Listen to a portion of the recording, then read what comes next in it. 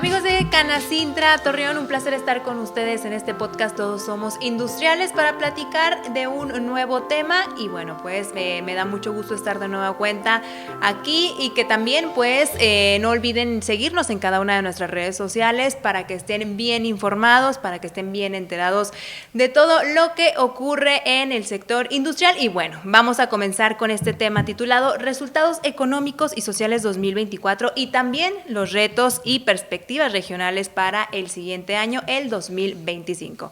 Y para hablar de este tema nos acompaña Alejandro Gutiérrez, presidente de Canacintra Torreón. Hola, buenos días. Buenos días a todos y bienvenidos. Muchas gracias. También tenemos a Jorge Reyes, presidente de Coparmex y CCE. Hola, buenos días. Muchas gracias por la invitación. Un gusto estar aquí. Hasta que se me hizo, Alejandrito, ya venir al podcast. Y, no habías querido venir, ¿eh? No, se juntaba con la agenda, pero hoy ya se pudo y qué bueno y qué contento de estar con nuestros amigos de Canacintra. Muchas gracias. Muchas gracias. Y también José Piña Álvarez, presidente de Canadevi. Muchísimas gracias. Buenos días y gracias por la invitación a los amigos de Canacintra también. Igual, a ti te habían invitado, pero a mí no. Entonces, yo la primera la agarré. Eso. No, muchas gracias.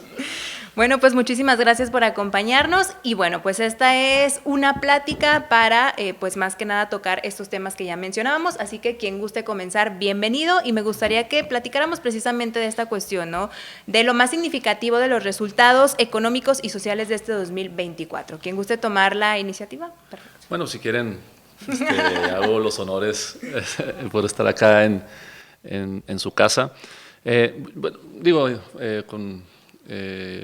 respetando los puntos de vista también de los demás, pero yo lo que vi fue un año como no del gran crecimiento en la industria, o sea, no fue un año excelente o digamos de excelentes resultados, pero tampoco hubo un decrecimiento, o sea, yo creo que fue un año de un crecimiento normal bajo. Claro, depende de qué sector estemos hablando, pero en lo general creo que el tema, por ejemplo, de elecciones, tanto en México como en Estados Unidos, detuvo mucho tema, por ejemplo, de inversión. Y el tema de la inversión, bueno, pues ya sabemos que genera una derrama en consecuencia, ¿no?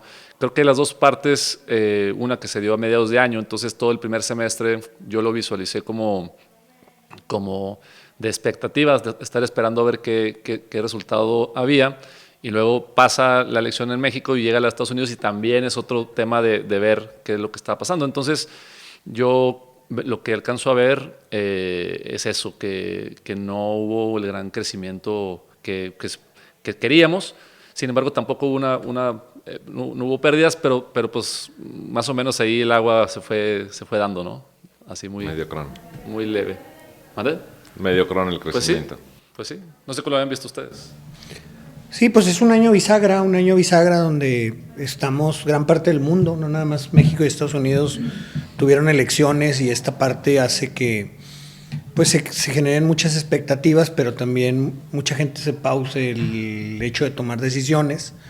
Estábamos esperando quién ganaba, si la propuesta del presidente Andrés Manuel o la propuesta opositora.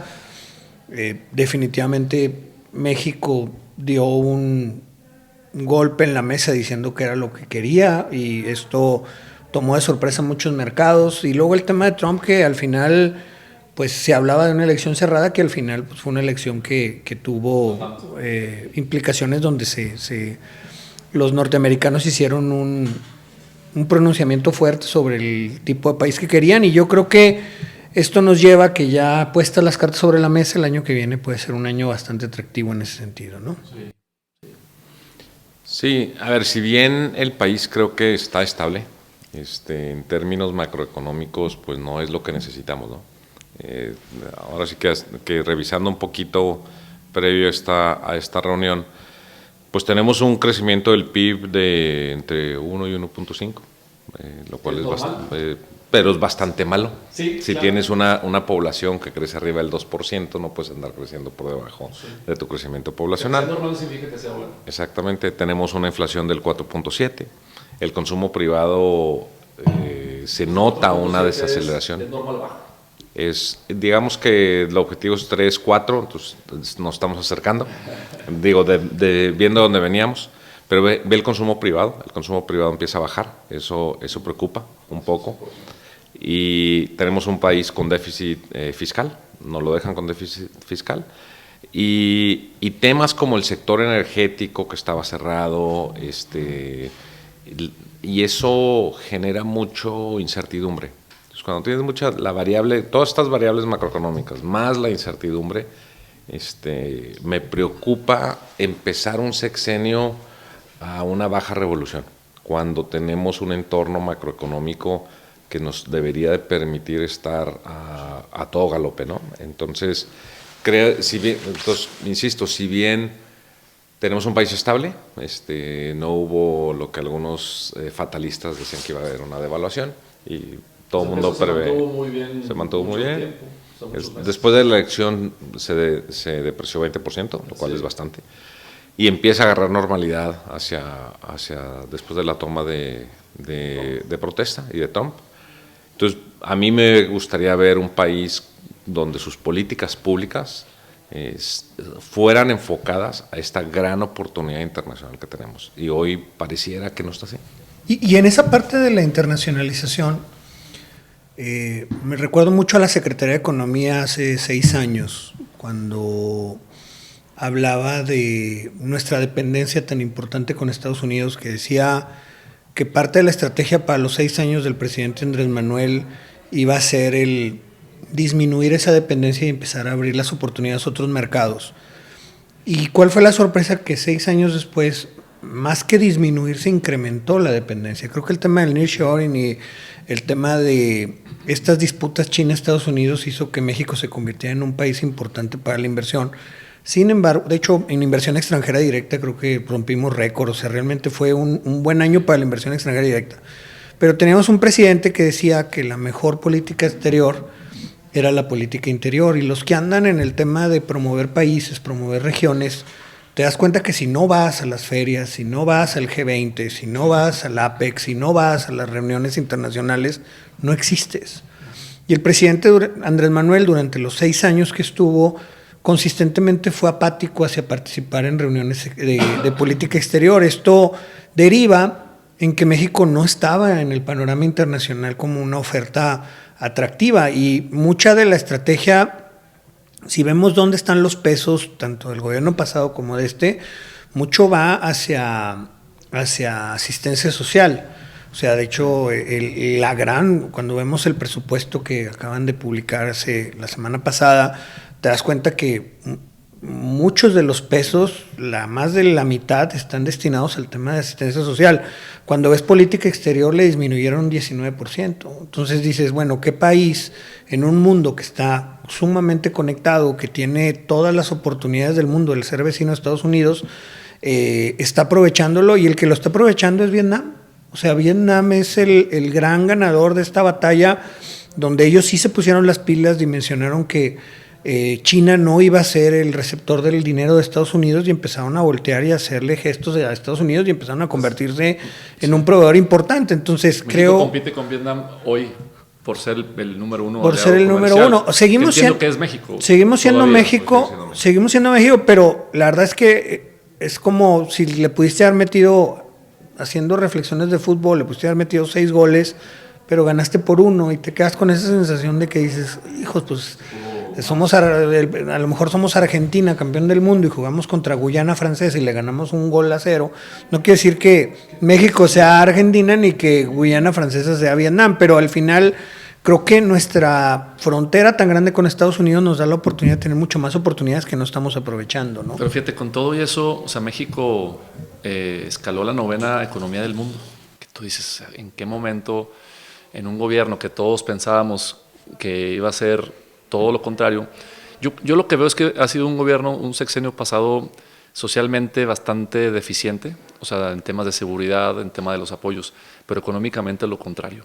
O sea, cuando pensábamos exactamente que iba a ser lo contrario. Hoy día escalamos a una economía más grande, y luego nos convertimos en el socio comercial número 1 de Estados Unidos, que no se había logrado. O sea, primero fue China, luego Vietnam nos ganaba. Cuando nadie veíamos a Vietnam por ningún lado, como bien lo decías, de que, oye, ¿quién es el principal aliado comercial si no es China? No, pues México no. ¿Quién es? Vietnam. caray, ¿en qué momento se colaron, no? El tipo de cambio duró muchos meses, lo que no habíamos visto hasta 18 pesos o 17.90, llegó en ciertos momentos, por los factores que sean, porque luego decimos que el gobierno no tuvo que ver en esto y el otro, pero sucedió en ese momento. Entonces, cosas que decíamos, qué raro que siendo una política bastante socialista, la economía esté bien, cuando menos se está conservando. Las divisas subieron muchísimo, la entrada de dinero de Estados Unidos. Claro, en mucho tiene que ver que si el dólar vale menos, entonces los paisanos mandaban más lana para que su familia completara, o sea, entonces eso incrementa el ingreso de dólares. Pero en general sí creo que a México pues le fue bien. Recuerdo cuando volviendo a la pandemia, fue de las inflaciones menos altas que había en el mundo, etcétera. O sea, ciertos indicadores que me dicen que México pues mejoró bastante, ¿va? Claro, hay otros temas de deficiencias, pero en ese aspecto yo lo veo de esa manera. Yo lo único, escuchando lo que dices, si bien es cierto, yo lo único que diría es qué tantos de esos factores que sucedieron son variables que eran inevitables que sucedieran. O sea, que era trabajo que se había hecho previo, que simple y sencillamente se coronaron ahorita. Y coyunturas de otros países. Por ejemplo, había estado súper pronosticado desde hace 10 años que México iba a ser una de las 10 economías del mundo entre 2030 y 2050. Parece que se adelantó un poquito. Estaba súper pronosticado que con el conflicto geopolítico México sería un destino de inversión. Entonces mi pregunta es, esas variables ya estaban creadas. ¿Qué tanto el anterior gobierno y este gobierno las va a acelerar? Yo creo que México es como un barco, tiene el viento a favor, pero muchas cosas tiene la vela abajo. Sigue avanzando y podemos decir, oye, qué bien que está avanzando, pero si subiéramos la vela, todos en conjunto, la sociedad, el gobierno federal, pudiéramos estar avanzando a mucho mayor ritmo. No tenemos por qué seguir creciendo por debajo del 2%. Hoy es como cuando tienes una gran oportunidad todo el mundo quiere tu producto y estás dirigiendo una empresa y todo el mundo quiere tu producto y decides trabajar un turno. Y en vez de trabajar 2 o 3 turnos porque todo el mundo quiere tu producto. Yo creo que hoy México solamente estará trabajando un turno cuando pudiéramos estar trabajando a marchas forzadas en el segundo o tercer turno. Entonces, para mí es el tema de la oportunidad perdida. ¿Cuál es tu costo de oportunidad que estamos teniendo? Oye, ¿estamos bien? Sí, claro, está estable el país, salvo ciertos temas sociales muy preocupantes que mencionas tú. Macroeconómicamente digamos que incluso hasta la deuda lo ven en niveles normales, sí, a pesar de que se ha hablado mucho de que Andrés Manuel lo incrementó, bueno, pues un factor del tipo de cambio, pero la gran oportunidad que existe, si tuviéramos la vela arriba, eso es lo que yo cuestiono. Ahora tenemos un déficit presupuestario, o sea, la verdad es que estamos gastando mucho dinero y no vemos manera de dónde lo vamos a sacar. Porque ya muchos de los recursos pues ya se comieron o sea, tenemos mucho que pagar apoyos, pero no tenemos mucho de dónde obtener dinero para pagar todas las necesidades del país. De acuerdo a lo que yo veo en el presupuesto, la disminución del 28% para la Secretaría, para el Ejército Mexicano es un tema interesante porque... Fue más, ¿no? Fue 46%. Perdón, 46%, el 26% fue para la Secretaría de Seguridad. Pero al final es un tema importante porque... Pues no hay congruencia, ¿no? No hay congruencia, estás viendo al país en llamas. Y acaban de aprobar la ley donde la Secretaría de Seguridad Pública agarra más facultades, pero a la vez le bajan un gran porcentaje del presupuesto. Y además es un secretario de Seguridad que no tiene policías. O sea, todo lo va a traer la Guardia Nacional, que no depende de él directamente. Pero bueno, el punto aquí interesante es que México vemos que nos estamos convirtiendo en un país que depende 100% de los apoyos sociales, pero no está visualizando las oportunidades de futuro.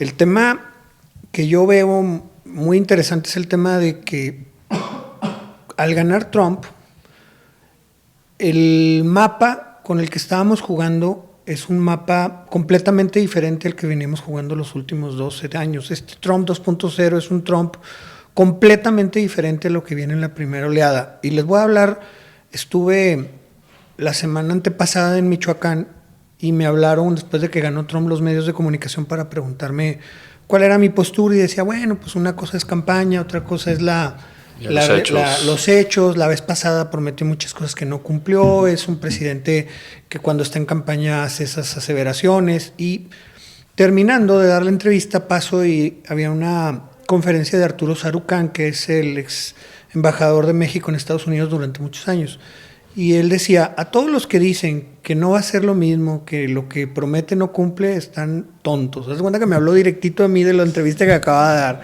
Me dijo, Trump hoy viene mucho con un aprendizaje de Washington muy importante, o sea, ya sabe cómo mover los engranajes en Washington y cómo lograr cosas. Viene con un apoyo en la Cámara de Senadores y Diputados completamente hacia su partido, y esa parte también es bien diferente cuando tienes oposición. Y en tercero, es un presidente que la gente,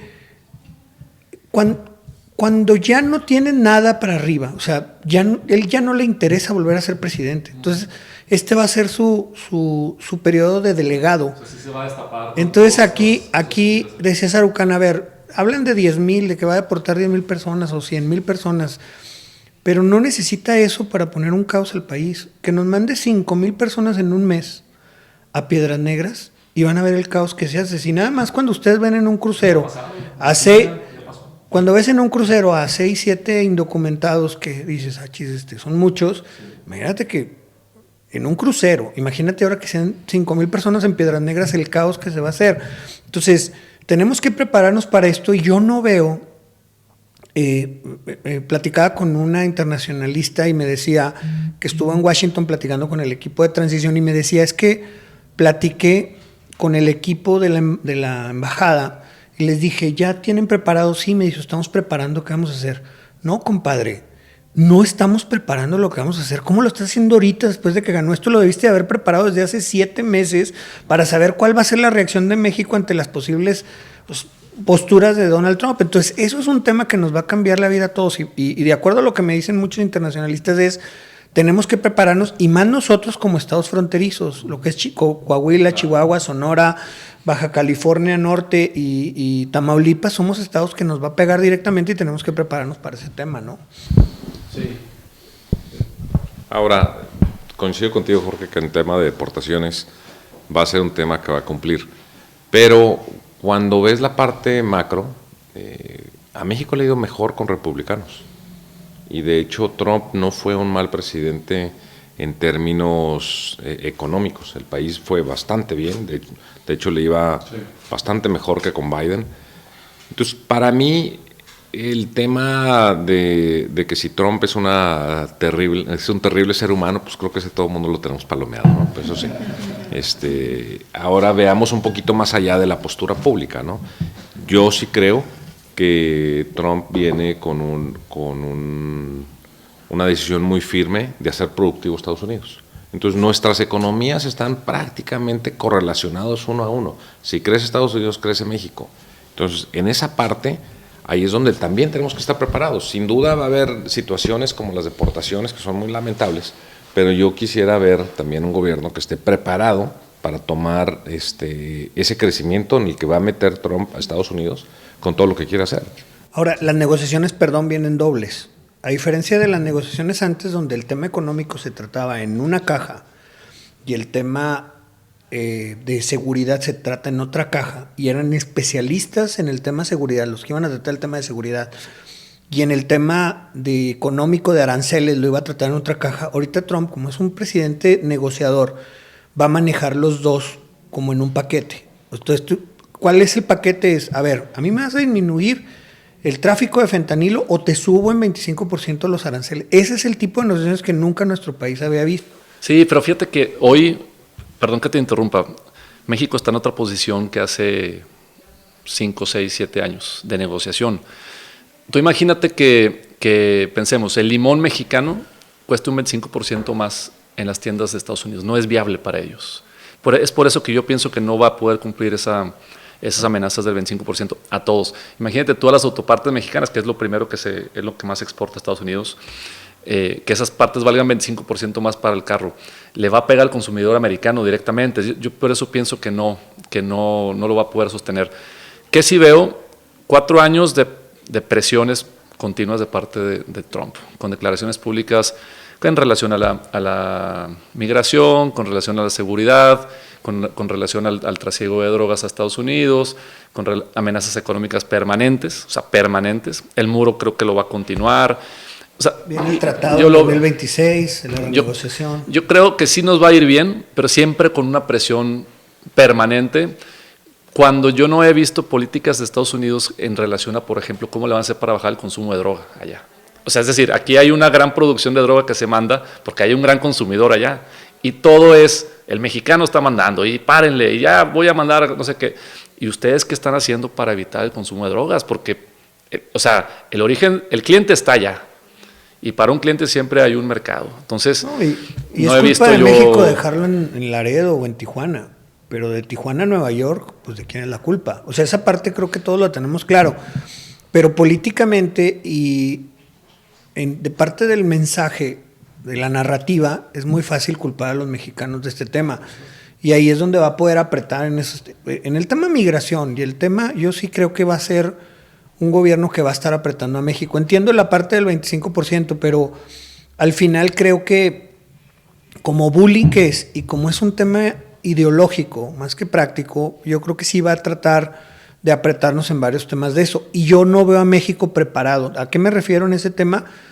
A pesar de que Ebrard es una persona que ya ha sabido tratar con el presidente Trump, yo no veo como un trabajo previo para ver cuál van a ser los tipos de negociaciones que vamos a tener. Quizás no los han sacado, ¿no? Porque son el as bajo la manga. Porque se le preguntó y luego al final la disminución del presupuesto para política exterior, pues ya te dice de que no hay un interés hacia ese tema. El tema del presidente Andrés Manuel que decía, la mejor política exterior es la política interior. Entonces dices tú, bueno, pues ahí tenemos un riesgo que tenemos que visualizar al final y prepararnos nosotros que somos personas que tenemos empresas en estados fronterizos, cómo nos puede llegar a pegar, para bien y para mal, ¿eh? Ahora, yo insisto, Estados Unidos es muy diferente que México. Hay más de 30 estados donde su socio principal es México.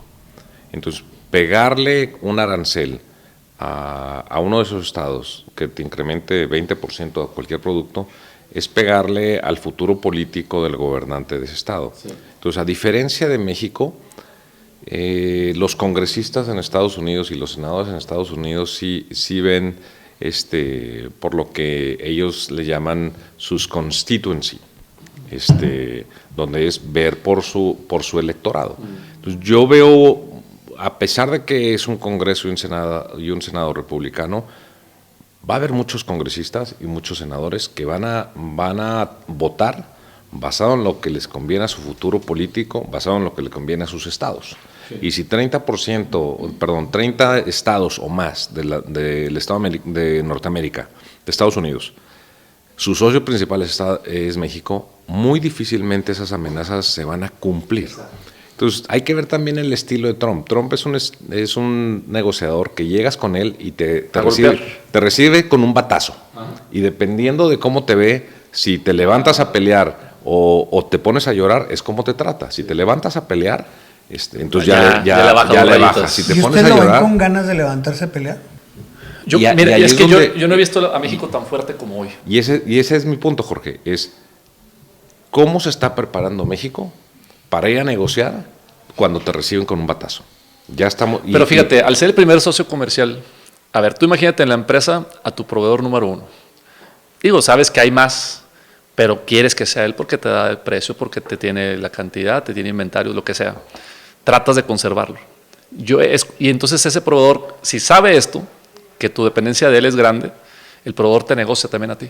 El proveedor te dice, oye, pues ya subió poquito, y si quieres, ¿no? O sea, yo veo a México, como no lo había visto antes, en una posición de negociar ya también. O sea, ya no estamos a lo que Estados Unidos nos ponga, a lo que nos diga, a estar aguantando amenazas permanentes.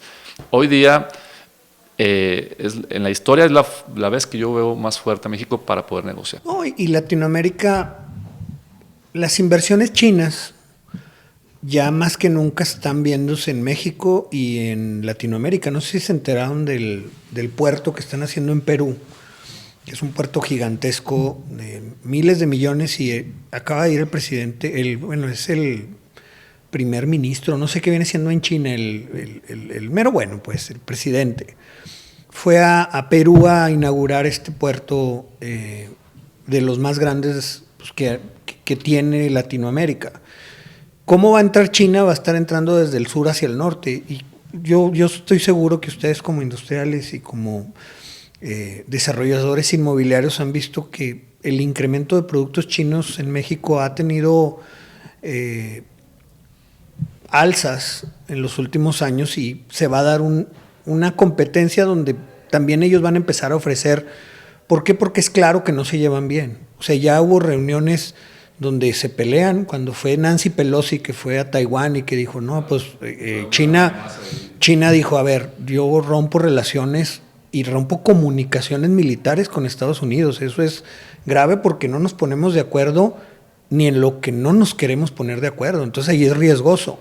Entonces, bajo este esquema, creo que la dinámica internacional de México, al ser un país que está al lado de Estados Unidos, también a los chinos les conviene para poder empezar a visualizarlo como un mercado importante, pero bueno, pues sí tenemos una alta dependencia con Estados Unidos y ahí hay un riesgo importante de todo lo que pueda hacer Trump, ¿no?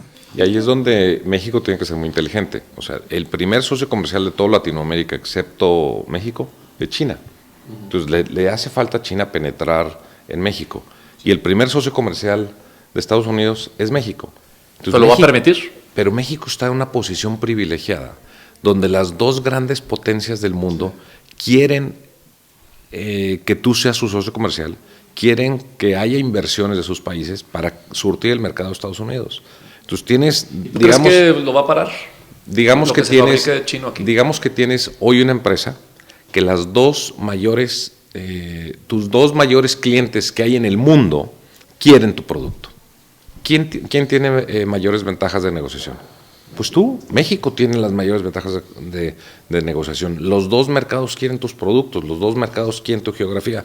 ¿Por qué? La ubicación geográfica, y no olvidemos que México es un país joven. Estados Unidos está envejeciendo, no tiene la fuerza laboral para producir. Entonces, pues, para mí, este sexenio se va a definir mucho por la inteligencia en las negociaciones que haga con las dos potencias mundiales, China y Estados Unidos. Justo con todo esto que comentan, por ahí va la siguiente cuestión. ¿Cuáles serían esas áreas de oportunidad y retos para el siguiente año para México? Pues acaba de decir Pepe la primera, ¿no? O sea, en pocas palabras, ponernos listos y tener los argumentos de negociación para tomar la decisión. Mira, se parece un poco cuando los alemanes en la Primera Guerra Mundial le ofrecieron a México pelearse con Estados Unidos, ¿no? A cambio de regresarle las tierras que habíamos perdido y demás. Y México decidió Estados Unidos. O sea, México dijo, no, a ver, alemanes, pues está tentadora que me regreses California, que me regreses los Estados perdidos, pero toda mi vida voy a estar al lado de los americanos, y la decisión fue, estás loco, ¿va? Yo me voy a quedar con los americanos. ¿Tú crees que vaya por ahí según lo que acabas de decir? Pues yo creo que tienes una arma de negociación. Oye, si los chinos quieren invertir en tu país, bueno, está bien, pondré ciertas barreras de entrada en mi país a cambio de que tú inviertas en mi país, en una mucho mayor volumen. Yo tengo la preocupación, no sé si sea fundada o no. Las empresas que están en la laguna chinas, que son 3 o 4, o 5 quizá, les vayan a limitar en Estados Unidos la entrada de esos productos que en teoría son mexicanos, pero que sabemos todos que son de capital chino. Tengo esa preocupación de que eso sea una limitante para la llegada de más empresas chinas que van a decir, pues ya no voy a poder mandar el producto a Estados Unidos. ¿Creen que vaya a pasar eso? Sí, o sea, el hecho de que se vengan a poner plantas chinas en México no es un tema que le quieran vender carros BYD a mexicanos y a salvadoreños, hondureños, guatemaltecos y beliceños. O sea, gran parte del poner una planta china en México es para venderle al mercado más importante del mundo, que es Estados Unidos. Si Estados Unidos empieza a poner aranceles para este tipo de productos, creo que puede haber. Por eso, muchas de las inversiones chinas vienen no tan directamente como empresa china. Utilizan a un inversor mexicano que no se ve que es capital chino y de repente pues está el dinero, pero tratan de esconderlo. Cuando ya le empiezas a rascar, te das cuenta, pero pues al final el gringo va a hacer investigación. Entonces, bajo ese esquema, creo, bueno, también si tú ves un automóvil norteamericano, ¿cuántos componentes son chinos? ¿Cómo se llaman estos? Los iPhones se fabrican en China, entonces, los componentes. Entonces sí, creo que, y lo que dice Pepe del bono poblacional, que al final México tiene una población joven y población que está dispuesta a ganar menos que un trabajador norteamericano, y el tema sindical que no está tan fuerte en México y que puede permitir que puedan salir los productos más barato producidos, pues ahí también hay una oportunidad para traerse esas plantas para acá, pero todo depende de la dinámica que tenga Trump, de cómo va a aceptar estos productos. Los tiene que aceptar porque al día de hoy, cuando les ponen la planta en Estados Unidos, no están encontrando personal que quiera trabajar en esas plantas. Y va a ser un costo de producción mucho mayor. Entonces, y el costo de producción es mucho mayor. Entonces, el norteamericano también está aprendiendo que el joven norteamericano que puede tener ingresos a través de Twitch, que puede tener ingresos a través de YouTube, que puede tener ingresos a través de OnlyFans, algunas mujeres, o sea, hay diversos ingresos alternativos que están encontrando los jóvenes norteamericanos que no se quieren ir a meter a una planta, estar pegando un cablecito toda la mañana o estar acomodando... Pero el costo de la hora mucho más elevado que de México hacia abajo, en donde me digas. Pues sí, pero no están encontrando la gente. En algunos estados, no en y acuérdense todos. Que Ford, que se iba a poner en San Luis Potosí, la pararon Hoy ya en con día. cierta estructura metálica ya de la planta, lo paró Trump. Y eso va a seguir pasando. Ahora, recordemos que la presidencia de Trump son 4 años y las inversiones en muchas industrias como la automotriz es un juego de largo plazo. Es un juego de ir a un mercado que están viendo que van a ir ganando no en 4 años, sino es una apuesta a 30 años. Entonces yo debato conmigo, porque Me imaginé debatiendo contigo. En el espejo, ¿verdad? En el espejo. No, estás mal. Trato de reflexionar hacia dónde va Norteamérica, ¿no?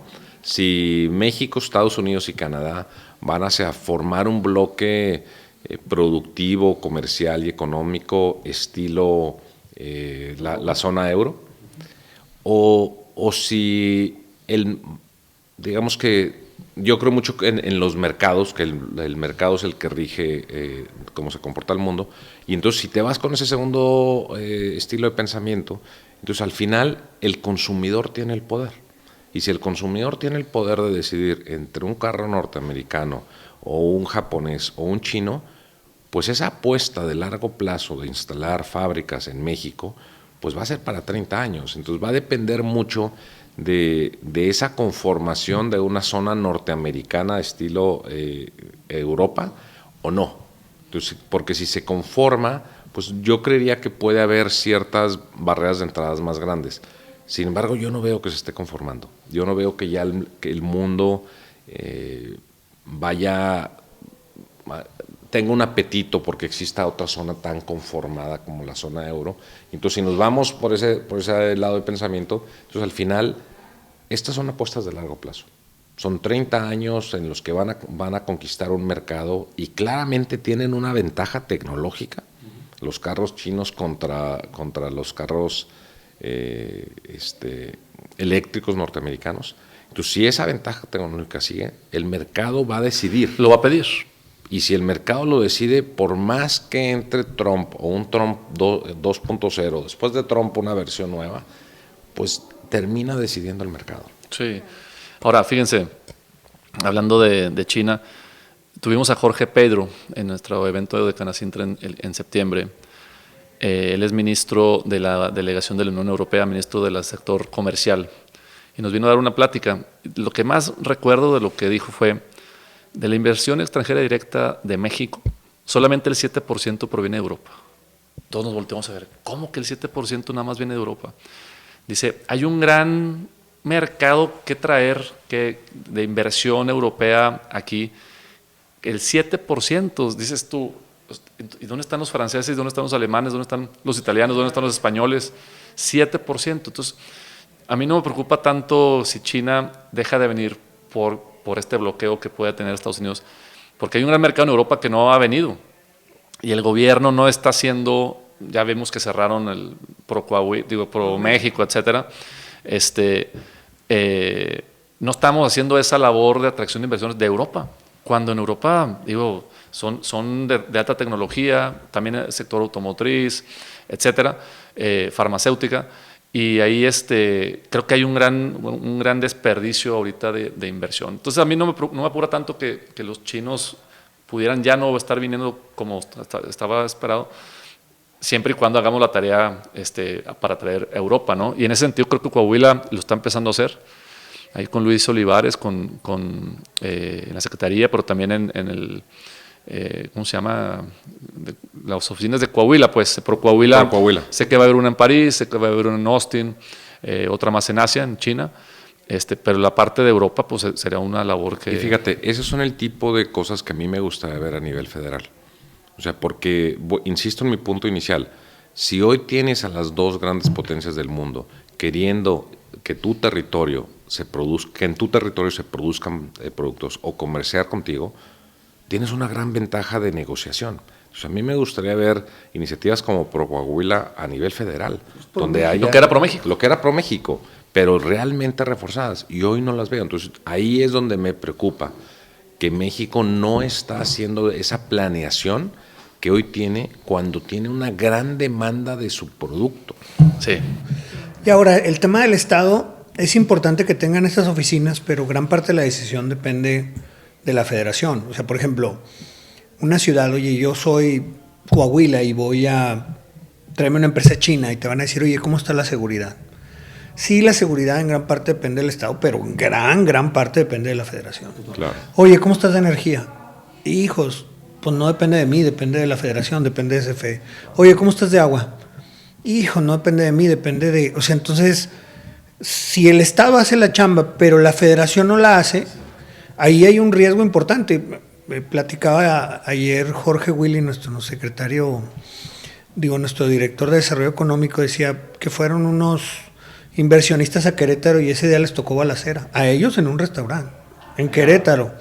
Entonces dices, pues yo venía a ponerme, pero ya con el susto que me dieron ya borrado de la lista Querétaro. Y al final eso es un tema que por mucho estado que quieras, que se ha hecho bien las cosas en Coahuila, eso se puede descomponer en cualquier momento si la federación le deja de echar ganas. Entonces, bajo ese esquema... Y empezaron a dejar de echarle ganas con el presupuesto. Sí, ahí hay un riesgo importante. Que al final el presupuesto también era un tema de que muchas de las obras se le daban a la Secretaría, a la milicia, y esta milicia, bueno, pues también ya están dejando de hacer obras así tan Yo veo que ciertas gigantes. cosas que se están componiendo ya, o sea, cosas como esa. Yo veo a Claudia en muchas cosas muy diferente al presidente. Seguirá trabajando por proyecto, que es lo que hizo Andrés Manuel. O sea, Andrés Manuel dejó de hacer muchas pequeñas obras para mucha gente, para hacer grandes obras, pocas, para poca gente, o sea, en realidad. Pero no por eso está mal. O sea, sí, el presidente Manuel se tardó 3 años en su primera visita exterior. Esta Claudia empezó. Realmente. Por eso digo, no hay que esperar. O sea, sí hay que ver. Recordemos con el tema de la reforma judicial, ella también puso un freno a ciertas cosas o le dio una pausa. Ya sabemos que esto ya es un hecho y todo, pero en su discurso y en su manera de hacer las cosas vimos que no se iba a ir de boca con las cosas que Andrés Manuel estaba heredando. Y tienes razón, Alejandro, y ahí es donde a mí me gustaría ver también al sector empresarial más activo. Yo vi un sector empresarial en el sexenio de Andrés Manuel muy callado. No opinaba, no argumentaba, no proponía, sobre todo proponer. Eso. Y creo que hoy la coyuntura que tenemos con estas grandes oportunidades internacionales, un nuevo gobierno aquí en Estados Unidos, nos toca también a los empresarios hacer propuestas claras y contundentes, de profundidad, bien analizadas, que puedas llevar a los municipios, a los estados, a la federación, porque somos parte de hacer un cambio en México. Si no los proponemos nosotros, no podemos seguir esperando que papá gobierno lo haga todo y lo piense todo, lo ejecute todo y lo planee todo. No se puede. No, y la federación al final va llegando y no sabe todo. Entonces, ¿cómo va a hacer cosas para la laguna si nosotros como empresarios laguneros no subimos a la federación y le decimos cuáles son las necesidades que tenemos? Pero basadas en un diagnóstico, basadas en un buen análisis, basadas en una coordinación entre los diferentes grupos empresariales. Es muy diferente que llegue grupo A, grupo B, grupo C, grupo D, grupo E, con la presidencia de la República, pedirle uno un aeropuerto, el otro un programa de pavimentación, el otro agua saludable, el otro el drenaje. Si todos los organismos empresariales se juntan y generan un plan donde se le presente a la federación hasta te lo va a agradecer, porque ellos no tienen el conocimiento de todas las regiones del país. Entonces están aprendiendo cuáles son las necesidades y esa parte muchas veces escuchan a aquellos que tienen intereses particulares y que son los que tienen la cercanía. Creo que ese trabajo que dice Pepe de empezar a coordinar esfuerzos entre organismos para poder presentar propuestas muy claras y coordinadas, creo que es un tema de los más importantes que deben hacer los organismos empresariales. Sí, claro, sin duda un tema bastante interesante, bastante complejo y pues los invito el próximo año a que si gustan acompañarnos, vuelvan a venir para platicarles, para actualizarnos. Ya se nos está acabando el tiempo, pero agradezco y por supuesto tienen las puertas abiertas para venir a platicar el siguiente año sobre este tema. Exacto, capítulo 2, capítulo 3, de los que gusten. Claro que sí. Agradecemos a Alejandro Gutiérrez, presidente de Canacintra, Jorge Reyes, presidente de Coparmex y CCE, y José Piña Álvarez, presidente de Canadevi, así como muchas también a todas las personas que nos siguen a través de nuestras redes sociales. Mi nombre es Mariana González y nos vemos en el siguiente capítulo.